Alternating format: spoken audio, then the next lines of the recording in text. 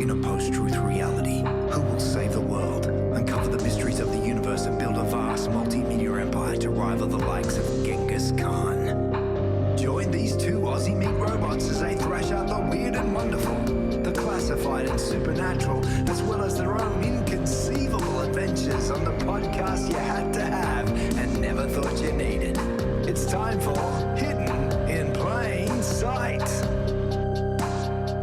Welcome to the first installment of our False Flags and Conspiratorial Conversations we're going to be having. This is a new series that we're doing on Hidden in Plain Sight, and I'm joined by Dr. Susan Mitchell down the bottom, looking really good in the new podcasting space.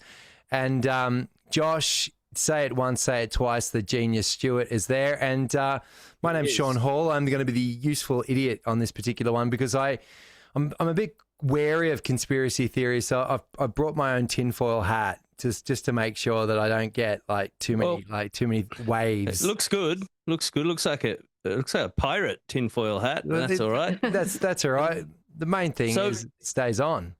As the name would suggest, conspiracies and false flags. We are discussing lots of different topics fall under that. Most of it probably useless or useful. Who knows? One interesting thing is, let me go through this. A false flag is a covert operation or attack designed to deceive the public by making it appear as though it was carried out by a different person, group, or nation. The tactic is most frequently used to manufacture a pretext for retaliation, war, or political gain. So one thing we probably all realize, aside from conspiracy theories, if we are to delve into the world of false flags, there's a lot of them. Or a lot of supposed false flags, which tells us probably only one thing, that we are constantly in a state of war. That's my 2 cents anyway, because these false flags are still happening now as much as they were in Roman times. So, well, maybe that's a good place for us to start, and I will take the tinfoil hat off in a second, but, we do bang on a bit. Not in that basement. Look, we do bang on a bit, so I have a couple of things, just a bit of timekeeping. If you do see the Noam Chomsky's copy of Manufacturing Consent pop up, that's your 5 minutes, and if you see the tinfoil come up, that's like 1 minute. We've got to wrap up by that time. What do you reckon? I had sounds great. the claw, the claw that I had last time has gone missing, so I can't find it. Oh, that's a shame. Claw. No wanking claw is going to be used. I'll just say for now. It set itself on fire. Not enough lube. There we go. So we're talking about wartime false flag operations. I reckon Dr. Susan Mitchell, not a doctor, might be the best person for us to kick off with. There's something that happened in the Second World War. I know that you wanted to talk a bit about that. Yeah, I've got the Second World War and also the Cold War. I've got two different stories to choose from. Oh, God, so many wars. So I don't know if you guys have a preference if you want to hear Nazi German false flag, or if you want to hear Cold War, Cuba, America false flag. Look, I reckon the Nazis could be a good place to start with. You're going to make me go with the one where I'm really not good with the pronunciation of cities and things, which is going to be. Bear with me. Well, if anyone watches that's from Germany, you can correct us, please. We'd love to see the comments. Also, I will be heading to Germany in a couple of weeks. Please let me in the border. Great. This is. I'm just going through historical facts. I'm not casting dispersions on anybody. Great. Okay. Great. So the story I had today, and I will have to refer to my notes. Sorry, guys, because I don't have this all committed to memory. But if you ask me about rocks, obviously I did have committed to memory. Yes. But I am talking about Operation Himmler. Oh. Do you guys know of Operation Himmler? No. No? Okay. It is when Nazis took over a German radio station near the Polish border, just as Polish army people, and attacked and spread anti-German propaganda, which made the Germans enter the war because they said that's Poland is saying bad things about us, so we're coming in. And that's how Germany entered the war, which then in the end made France and England also enter the war. So this false flag was set up to get to that end game. So are we to assume, making an ass out of you and me, yes, that it had something to do with Himmler, or is this just another false flag? It's just It's just a handy name they chucked on it. I think there was a few different ones they wanted to do. He had a few up his sleeve, and this one was the one that actually worked. So they just stuck it under Operation Himmler. So it's a pretty classic. It's a classic military 101 psyop, spycraft. Let's start a fucking war. Let's deceive the public, essentially. Because, I mean, who else are we deceiving? This is the interesting thing with a false flag. If we look at the sway of war, it's always about public opinion. If we look at what Trump's trying to do now in America, or what Putin was trying to do with Ukraine, you're trying to gauge the public sway and use things, because it's pretty hard to go to war if it's just the dudes in suits sitting around big wooden tables drinking champagne going, well, we should do... Yeah. So it's one of these classic... So this is the linchpin. Is that what you're saying? This is the linchpin that basically... This is the reason, why we had World War II. This one, well, it's not the main reason, but it was the reason why the rest of the world reacted the way it did. That's how we drew it into the conflict. Yeah, because, how we actually officially went... Because Germany for years was doing all those things behind the scenes, crystal nut, the running crystal of meth. businesses down. Not crystal meth. We know there was lots of that. We're not in Queensland. Drug of choice. Well, yeah, but that was medicinal and had reasons. But this was what drew everybody else in and made it a world war, not just a war over there. Don't you love that? A lot of people do. Yeah, it does affect me. It's over there. I don't care about it. Isn't it a little bit? It's a little bit what's happening now, right? Don't we? Oh, Isn't very it much interesting? So. I don't know if you guys feel this, but I'm observing this mishagos that's going on right now, this lunacy at every turn, and I'm going, it's almost like the public's just gone, like no one. And I think gives a fuck. Yeah, I think that's. You think they've overplayed the false flag? You think they're at the end of the deck and we're just going like, nah. I got a couple of things to say about just that idea there. So part of my false flag research I was doing was listening to interviews with Gore Vidal post September 11th. And Gore Vidal's, he's a very articulate person, hugely literate, published novels, books and stuff. And the way that he talks, and I guess the way that he goes through, talking about things, he's getting people laughing. He's got the encyclopedic knowledge of history, especially when it comes to American history. Just like Hitler. Oh, sorry. I don't think he'd be on the other side. Well, he fought in the Second World War as well. But the interesting thing is like this idea of television, and now what we're seeing then after that, the internet, and now what we're seeing with AI. I think if the public is not aware and the public doesn't care and the public's distracted, then it's pretty easy to get a lot of things passed, and you just move on to the next crisis. That's a big factor. But that's the point, isn't it? So PsyOps 101. PsyOps 101 is this. Like there's two it's like you're playing a game of chess. When you're playing a game of chess, the idea is if you're playing someone who's knowledgeable, you're thinking ahead and you're thinking so many moves ahead. And there's an outcome in mind. But the main reason is the game itself. That's the thing. That it's not the outcome that's always the most important thing. It's the game itself. Yeah. And there's a psyop tactic. If we know about it, us, the general public who are not in the echelon of the guys who are creating the game, it's for a reason. And even if we're touching on conspiracies or false flags, if it's not meant to be a conspiracy, we wouldn't know anything about it. So when you chuck the meat into the pen where all the dogs are, and we all have a rip at it and have our own ideas of why and what and how, that's been done on purpose. That's a psyop. And we just need to then try and uncover for our own purposes, is that how many layers of operation are going on here under that? Well, I'd be curious to know from Susie, just with this particular taking over a radio station. So what was the idea? It was for Poland to attack the Germans, or to Germans to attack the Polish? No, because Hitler wanted Poland. Right. He needed Poland. He had annexed Austria. Yeah. He'd seized Czechoslovakia. He needed. Czechoslovakia. All right, let's just we need to pause there. We're going to go Czechoslovakia. We've got to get that one. Czech Republic. Czech Republic. There you go. Czech Republic, yeah, fair enough. Easy. That's why they broke up. It was too hard for people to say. Yeah. I can't say it, so It's all good. We've all got one. Phenomenon. Phenomenon. That's always a hard phenomenon. one to say. Phenomenon. I have to really think through that. That's showing my IQ. That's showing a lot of my IQ right now. Scan my documents quickly. Yes. So he wanted Poland. So that's the only way he get access to the rest of Europe and control of the Danzig. So Poland said, no, thanks very much, but we're not interested. We'd like to keep to ourselves. You do you, and we'll all go about our business. So he wanted to invade, but he needed a reason to invade.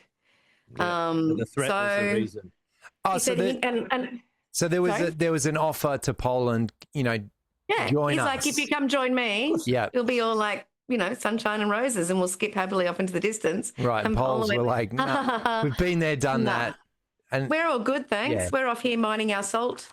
We're having a grand old time. We don't need you. Okay. So Modern Himmler, warfare, eh? I know, isn't it great? So Himmler, Heinrich, my mate Heinrich, came in with the SS and organised some staged border attacks. Mm-hmm. And that's how it became Operation Himmler, because he was there still. So he was there. He was involved. He's a bit of a genius, that guy, wasn't he? Bit of a He's everywhere. genius. He's everywhere's man. He really was a real idea guy. Now, I guess that goes down to the point now. Is like, because Josh is talking about there are things we're aware of and things we're not aware of. What's the ultimate goal here? What's the game? At this point, 1939, wants Poland, but then after that, Poland. to take. And then he just moved on to the next one, and then moved on to the next one, and then he has all of Europe, and he becomes a world power. The most powerful person in the world takes over all of Europe. Is that doing a deal? He was a megalomaniac. He wasn't thinking beyond. Newsflash: Hitler's a megalomaniac. I don't know. Are you familiar with Adolf Hitler? And No, look, I think I've heard of him. What's the word? You know what's interesting? Rational way of thinking. Not a rational person. Yes. Yeah. Throwing some more meat to the dogs. I have a similar feeling with him as I do with a lot of these lone wolf types. These people are fronting something that's much bigger. Yeah. So Donald Trump, let's throw this one out there. I'm not sure that anyone that I know truly believes this guy got voted in reality. So, there's lots of things that are easily manipulated, but I'm not going to do the fake news. Here we are. It's just a very interesting idea. Forget the voting, how he actually got back into the position to be nominated again and to be the president of the country. That's the thing that's a little bit beyond my... I saw Shane Gillis talking about this, and it was because he was funny, I think. I think a lot of people found it entertaining. I think they were just bored of the two-party politics, and this guy completely disrupted the system. It might be tragic to say that that's why people voted for him, but it's a great game. Play that card. Play the Trump card. I mean, quite literally, throw that card down. And you know that there's enough people. That's the rule of the dog pen. Well, 51%. You just need more than 50. Yeah, and you need an enemy. You need an enemy to say, okay, it's them. We're going to build a wall. It's their fault. We're against them. Yep. Democrats. Susie, what are you going to say? I was just going to say, because I landed in New York the day that that his second term was announced, when it announced he'd won the election. Okay. We were on a plane. We landed, and my son, as teenagers do, pull out their phone to quickly turn on to see who's messaged them during the flight. And it was myself and an airline hostess. And we said, so who won? And he said, Trump. And we both went, no, seriously. Yeah. Who won? And he went, Trump, and turned the phone around. And we were like, how did he get back in? And so we landed and we went into New York, and we were actually asking people, that were coming back, how the fuck did he get in the position? Why did you vote for him? And they were like, yeah, I voted for him, because he's got my best interests at heart. Now, a lot of these people were people who were working in restaurants as waitresses, the guys who drove the pedicabs, the doormen, all these people. Classic. Who were like, subterfuge. He cares for me. He's going to look out for me, and, he's there for the working man. It's like I don't understand how you, I don't know, I just felt like, were you awake? The last time he was in, but we're outside. We're outside. That's what I was going to say. We're not in the dog pen, that particular dog pen. And it's really interesting too, because we caught a train from New York up to Washington, and you see New York on TV and everything, and it's all tall buildings, and there's businessmen, and there's money, and there's celebrities, and it's all constant go 24 hours. You get on the train and literally go under the Hudson River, and you come out on the other side, just go through New Jersey, and the poverty is right up to the train line. It's dystopian. It is so the yin and the yang, and the poverty is so vast there that you think, well, they're voting for anyone that might have a chance to help them get out of that. Break the system, shake it up. So and money and capital, as always, is leverage. And when we're talking about education, if we look at the state of poverty and then the standard of education, so what information is being shared and what is the major educational tool? It's the thing that people are watching us on right now, right? Yeah, the big feature right now is phones, it's Google, it's social media, which we all know. And if for those who are listening, if you don't, just go and do some research, that the media from day dot, from when Jesus was a boy, has been run, owned, and manipulated to a degree. And that may be not so sinister in the way of we're going to false flag everyone and fuck everyone over. It's the idea that someone is running that. So it's very hard to find, if it exists at all, true impartial media, because literally since it all started, someone is funding it, someone is advertising in it, which is very, very, very similar to our system of politics. Someone is funding that. Someone is donating to that. Do you like just to talk about that idea of media? Because I mean, they talk about like legacy media as like the old school TV shows, the newspapers, all that kind of stuff, and the new media is obviously social media. There's so many people jumping into these podcasts or even political conversations that we're kind of slightly having right now. Yeah. Do you think it's odd that we're sort of then replicating and, you know, mirroring the things that we've seen growing up? Like here we are, we're all in front of a camera right now. We've got a microphone in front of us. Like, isn't this bizarre? Like that we've, in a way, the thing that is being shaping our world, shaping our worldview, that we've like stepped in and become a part of You've just hit on it. You've just hit on it. If my mum says something all the time, which I repeat to myself, if it's not a tool for you, you're a tool for it. So what the current stage we have an opportunity like we've never had in the world to all be connected and communicate and share the knowledge. Unfortunately, there's another background to that, is what is knowledge, what is real, what is hearsay, because something you pointed out, why do we do all of this? Most of us are afraid. We want to fit in. We want to be part of it. We want to connect. And if we're running on a baseline of fear and disconnection, that's how the moment they throw a piece of meat into the dog pen, we all just go, don't care what it is, I'm bloody hungry, let's go. And we all scrap over it. So this is mimicry, and look, it's part of PSYOPs. So going back, a false flag is a PSYOP, and a PSYOP is an intentional movement to basically manipulate a situation.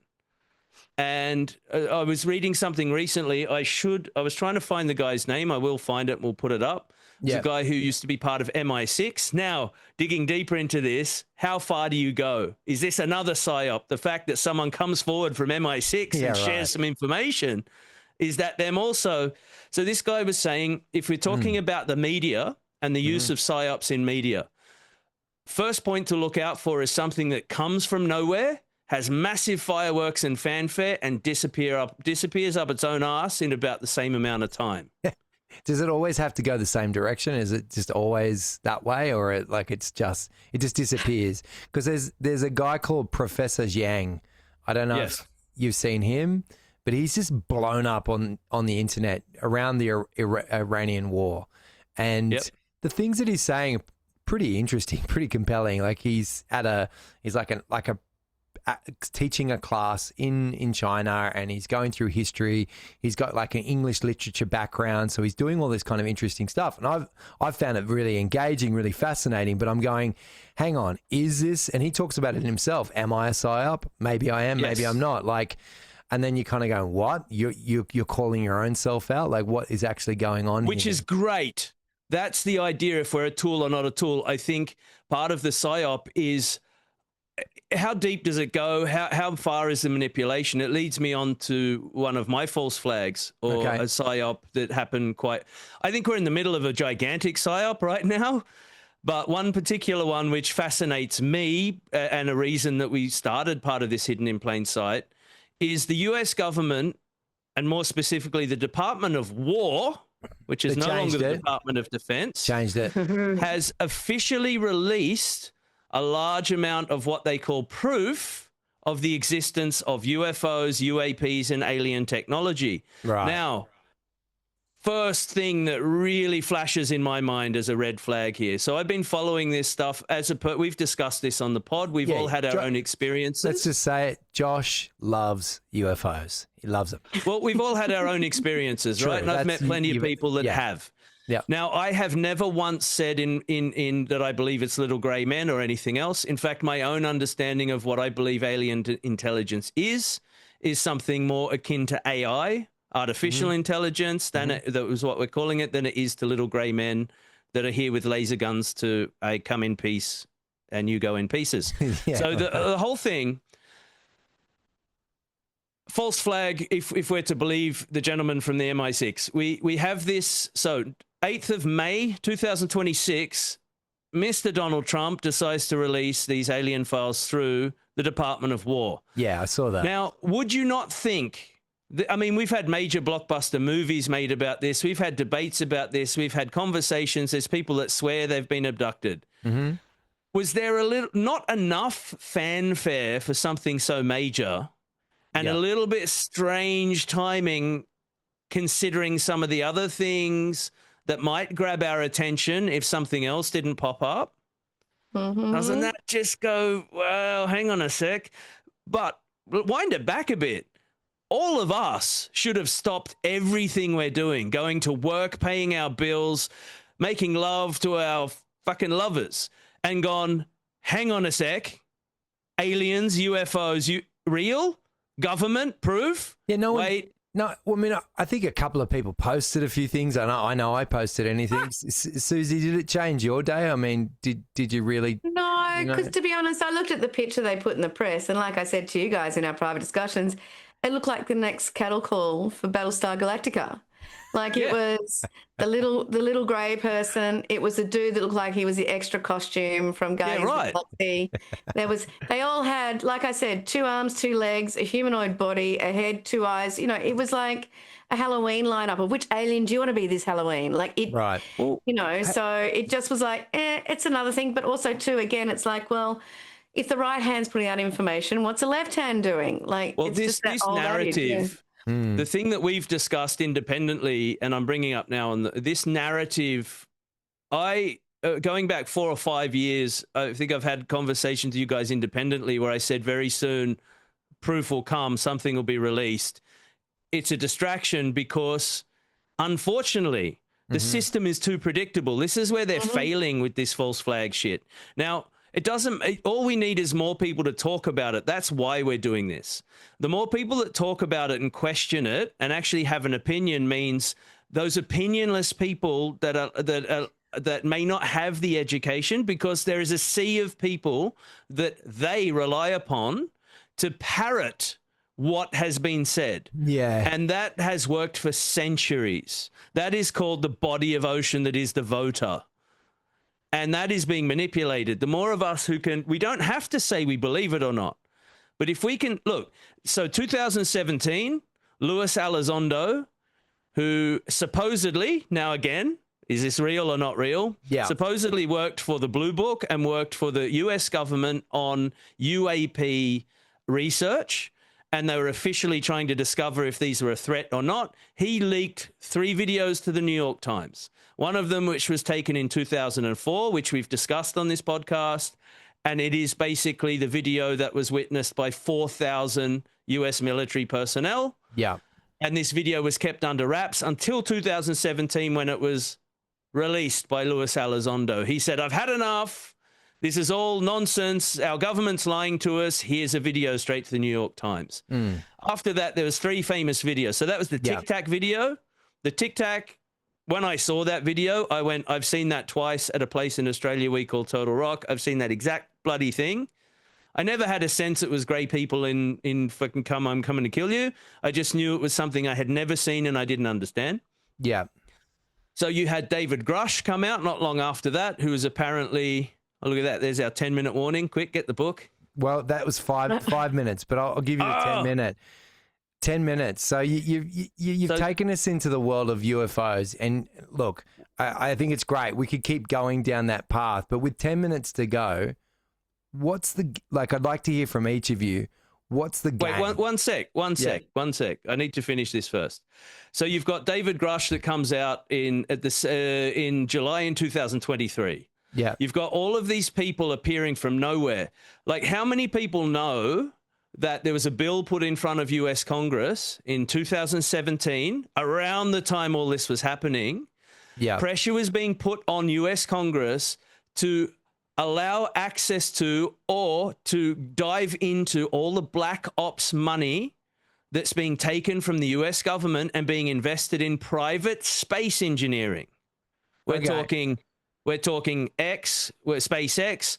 We're talking Bigelow, who used to own Skinwalker Ranch, and he's owned a lot of very controversial and high supernatural activity properties, who's also in all of this space development stuff.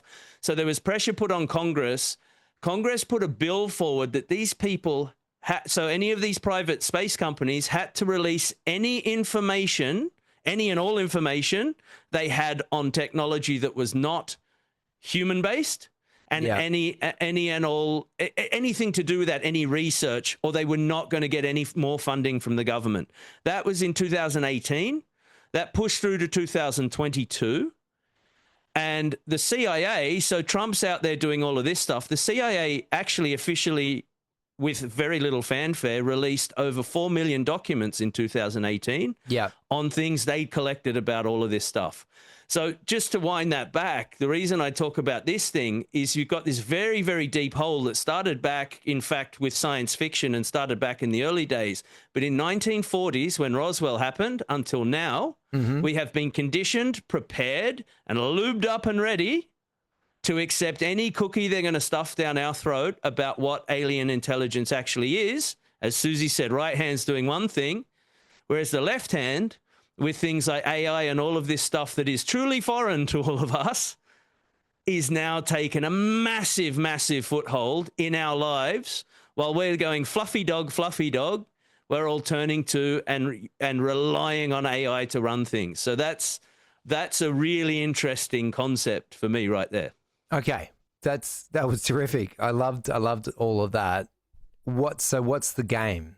And I want to hear, because we've got a couple of minutes left before we finish this. What do you think the game is at hand? So if in getting Poland to pretend that they attacked Germany, the game was to take over all of Europe and become a megalomaniac. What's the game now?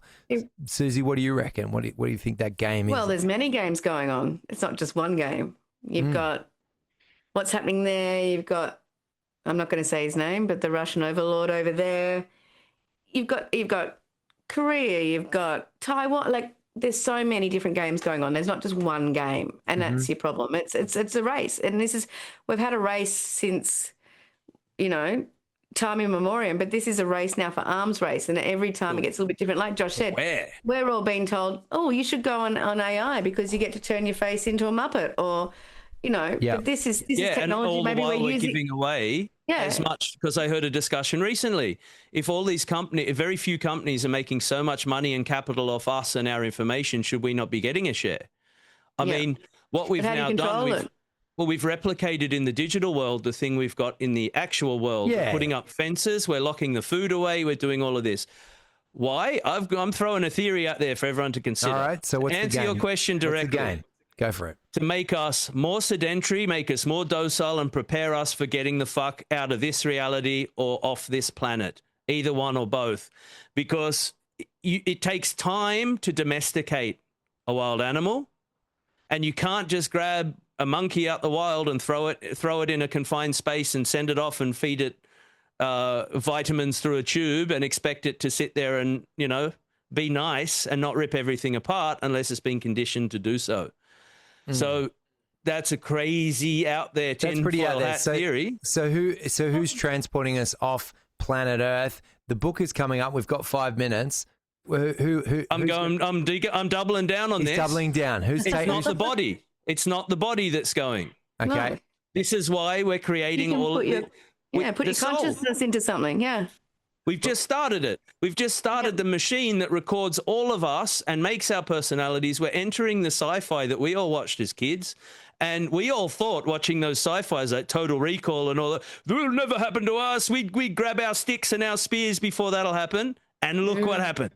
Hello. So the psyops, the false flags. We've all seen iRobot. Did you not see the Chinese police with the robot walking through like iRobot the other day? Yeah.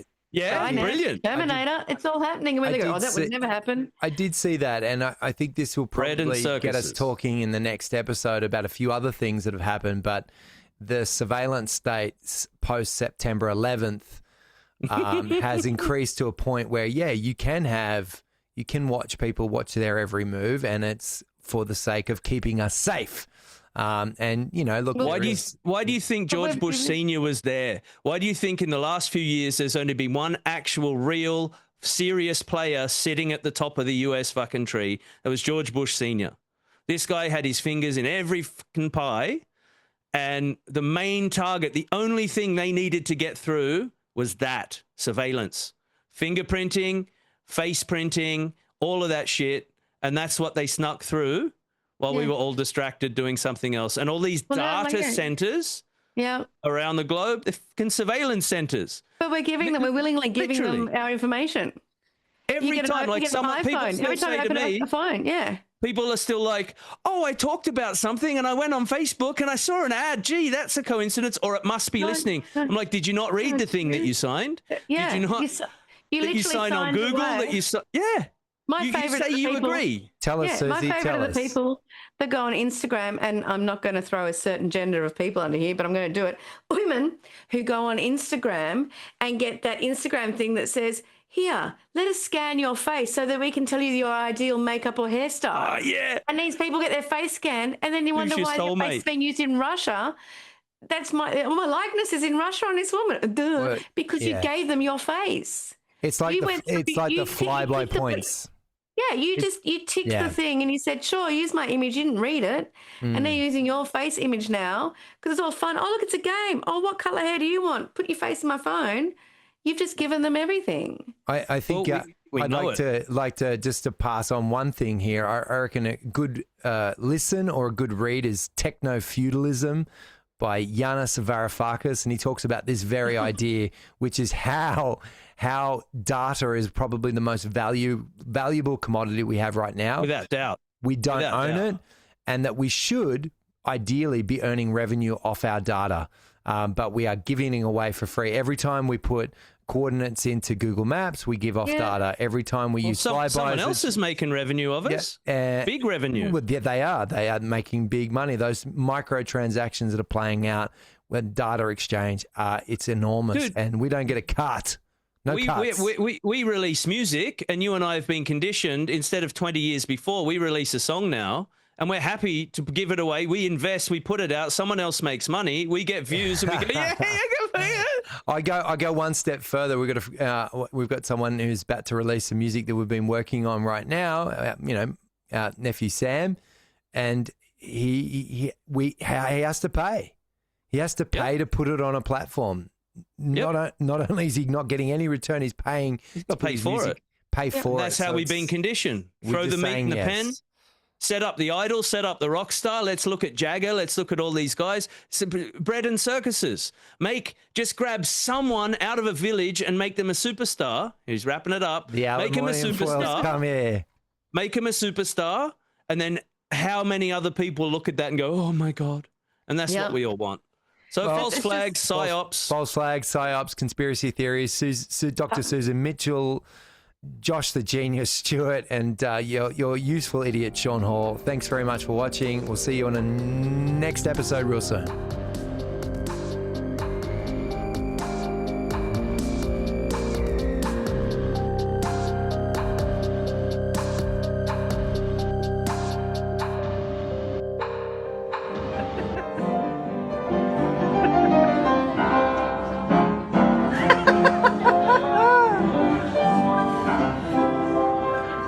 These mushrooms aren't working.